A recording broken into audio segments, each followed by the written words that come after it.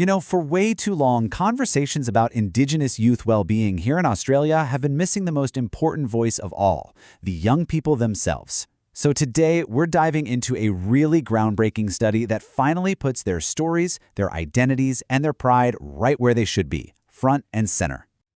To really get why this is so critical, let's just start with a single number, 53%. Based on census data from a few years back, over half of Australia's entire Indigenous population is under the age of 25. Think about that. This isn't just some small group, it's the majority. They are the future elders, the leaders, the custodians of the world's oldest living culture. And that leads us to the big question, doesn't it? Even though they're the demographic majority, their voices are so often missing.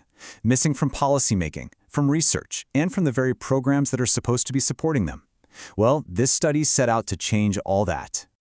Okay, so to understand what this study really achieves, we first need to get our heads around the problem it's trying to solve. For decades, the whole narrative around Indigenous youth has been shaped by something called deficit discourse. It's basically a focus on all the problems instead of all the potential. And believe me, this has a massive impact. When young people aren't heard, the systems meant to help them are built on assumptions and stereotypes. It leads to this medicalized, trauma-focused view that, as this research shows, can completely miss the mark, ignoring how vital culture and identity are to being well. So this research just took a completely different path. It was a huge 3-year national study. And the most important part? It was led by a majority Indigenous research team.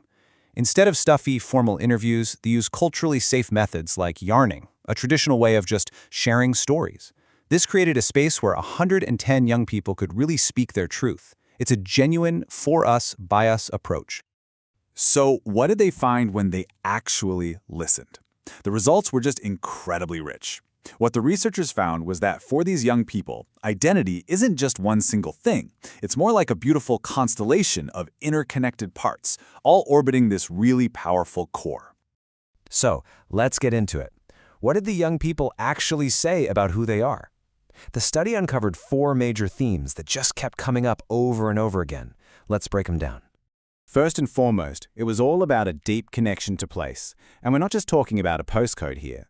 This was about country, their ancestral homelands. It was about family, community, and that fundamental need to know who your mob is. It's an identity that's totally anchored in relationships and a sense of belonging.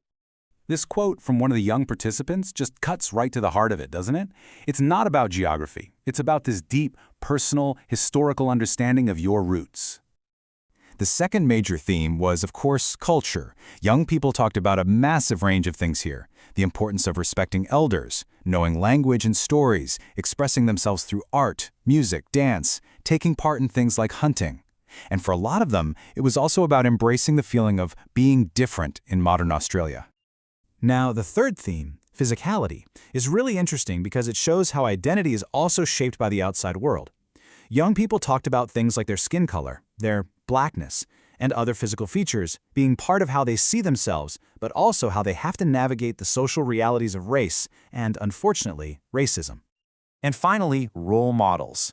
What's so cool here is that the young people looked up to both local heroes, like their elders and community leaders, and well-known national figures. They found inspiration in people from their own community who'd achieved their goals, right alongside famous Indigenous sports stars and artists like Jessica Mawboy. So we have these 4 parts of the constellation: where you're from, culture, physicality, and role models. But what's holding it all together? Well, the research uncovered a set of core values that were like the gravitational center for everything else. And that center is pride. Over and over again, in all the yarns and all the activities the participants did, this powerful, positive sense of self just shone through. It's the complete opposite of that deficit story we so often hear. But this pride wasn't just a feeling. It was expressed through action. It meant being respectful, especially to elders. It meant seeing yourself as part of a collective, not just an individual. It meant feeling a responsibility to family, aiming high to succeed, and maybe most importantly, staying true to yourself. Okay, so what do we do with all this amazing knowledge? This research wasn't just an academic exercise in listening. It's about turning those voices into real, meaningful action. And it gives us a really clear roadmap for change. It means we have to move away from those old, deficit-based models that are all about problems and shift toward a new, strengths-based approach, one that is youth-led, grounded in culture, and affirms identity as the absolute foundation of well-being. And look, this isn't just theory. The study had a direct, tangible impact in the communities it worked with. It led to new cultural projects popping up in schools. In one school, it actually helped pave the way for the very first Aboriginal school captain in its 75-year history. In another, it kicked off the development of a local Aboriginal language curriculum. This is what happens when you truly listen. I want to leave you with this incredibly powerful statement from one of the young people in the study. Let it sink in. It's this profound reminder that Indigenous culture isn't some separate niche part of Australia's story. It is the foundation of it. And that leads to a final question, really, for all of us.